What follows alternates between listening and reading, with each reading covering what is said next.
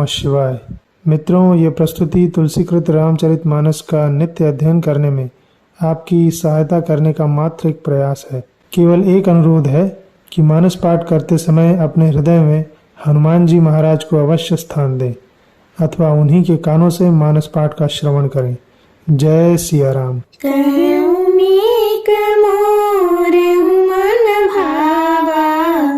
यह अनुचित नहीं नवत पठावा, दक्ष सकल निज सुता बुलाई, हमरे बयर तुम्हु बिसराई।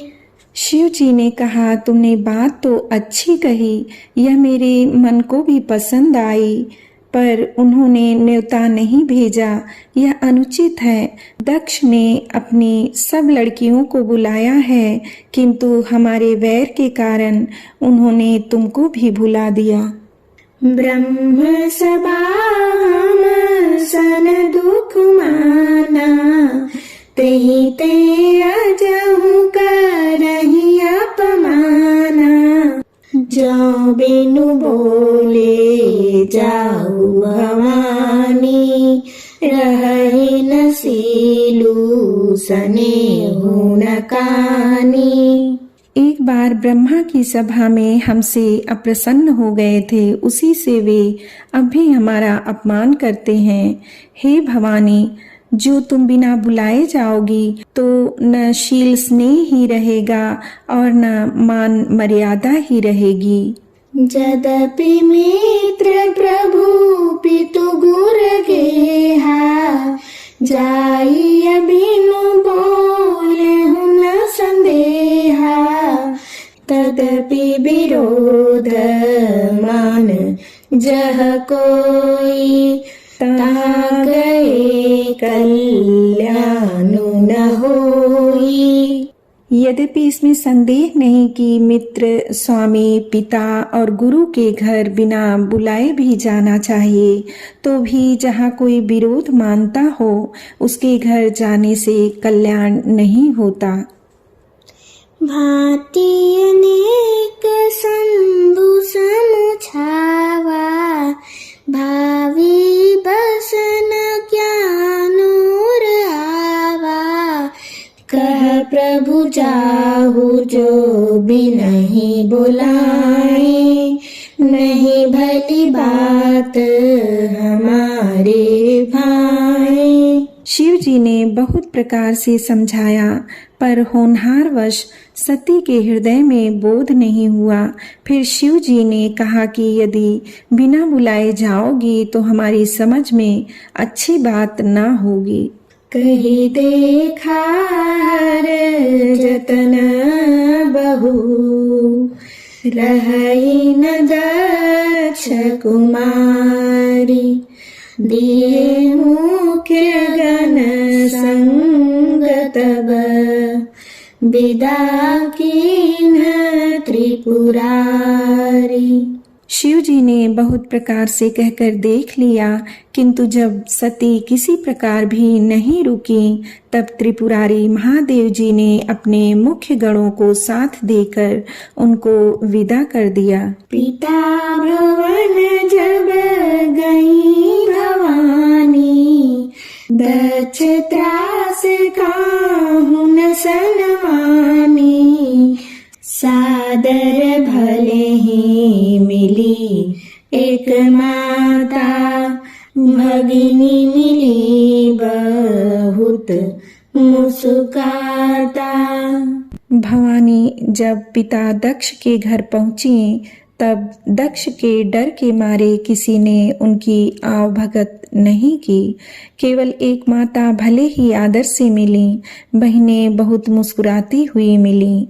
दर्शन कछु पूछी कुशलाता, सती बिलो की जरे सब घाता, सती जाई देखूं तब जागा, कत तहु न दीख शंभु कर भागा।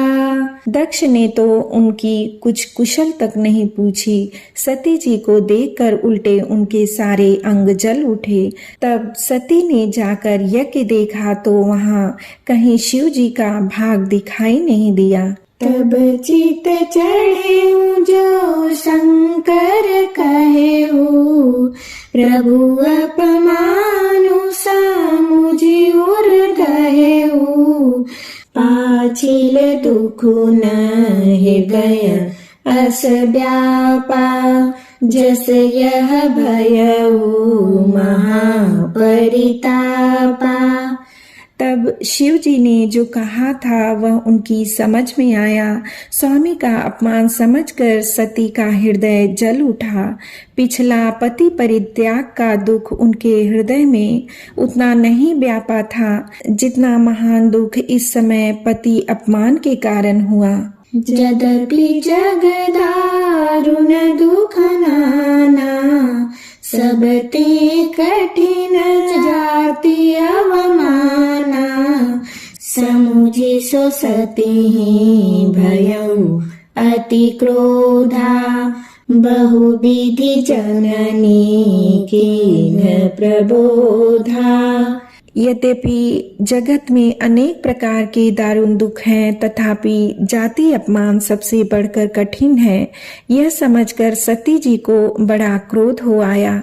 माता ने उन्हें बहुत प्रकार से समझाया बुझाया।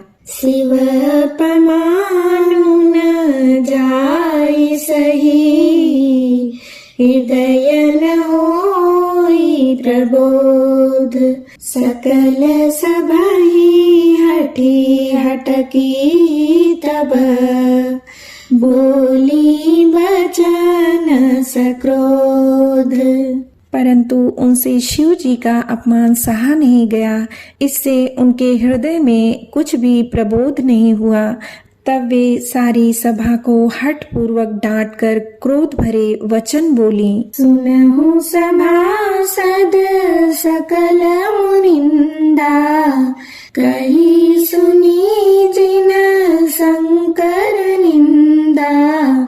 सो फल तुरत लहब सब काहू भली भांति पछिताब पिताहू। हे सभासदों और सब मुनीश्वरों सुनो, जिन लोगों ने यहाँ शिव जी की निंदा की या सुनी है उन सबको उसका फल तुरंत ही मिलेगा और मेरे पिता दक्ष भी भली भांति पछताएंगे। संत शंभु श्रीपति अपवादा सुनिय जहाँ तहाँ सिमर जादा।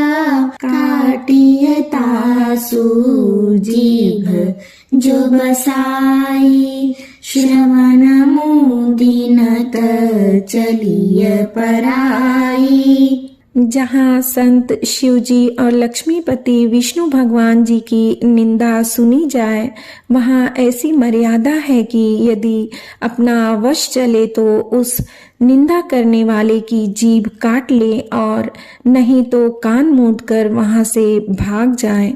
जगदात्मा महेशु पुरारी जगत जनक सब के हितकारी। पिता मंदमती निंदत तेहि दक्ष शुक्र संभव यह देहि। त्रिपुर दैत्य को मारने वाले भगवान महेश्वर संपूर्ण जगत के आत्मा हैं। वे जगत पिता और सबका हित करने वाले हैं।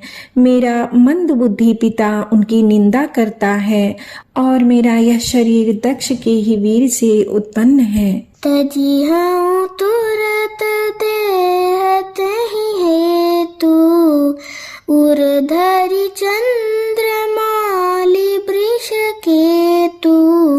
अस कही जोग अग्नि तनु जारा भयउ सकल मख हाहाकारा।